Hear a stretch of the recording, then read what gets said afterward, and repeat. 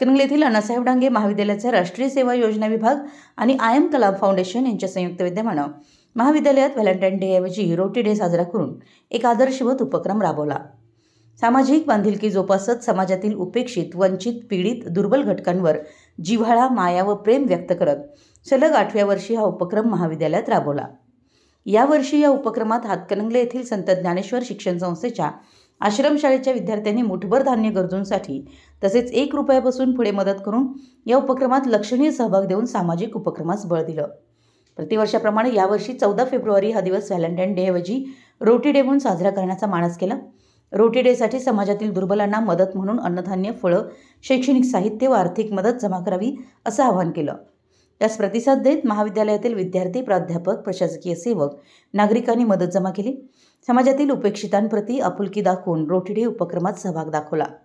रोटी day निमित्त जमा झालेलं अन्नधान्य, फळे, कपडे व रोख रक्कम चिपरी येथील DMS होम या अनाथाश्रमास दिली।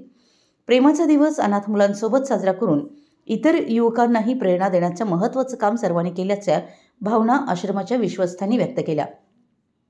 या उपक्रमासाठी महाविद्यालयाचे प्राचार्य डॉक्टर निरंजन कुलकर्णी, राष्ट्रीय सेवा योजनेचे प्रमुख प्राध्यापक डॉक्टर अमोल महाजन, आयएम कलाम फाउंडेशनचे अनिस मुजावर, ऋषिकेश नांगुरे, इम्रान मुजावर, अयूब मांगुरे, प्राथमिक आश्रमशाळेचे मुख्याध्यापक महादेव मगदूम, माध्यमिक आश्रमशाळेचे मुख्याध्यापक दिलीप शिरसाट आदींनी हा उपक्रम राबवला।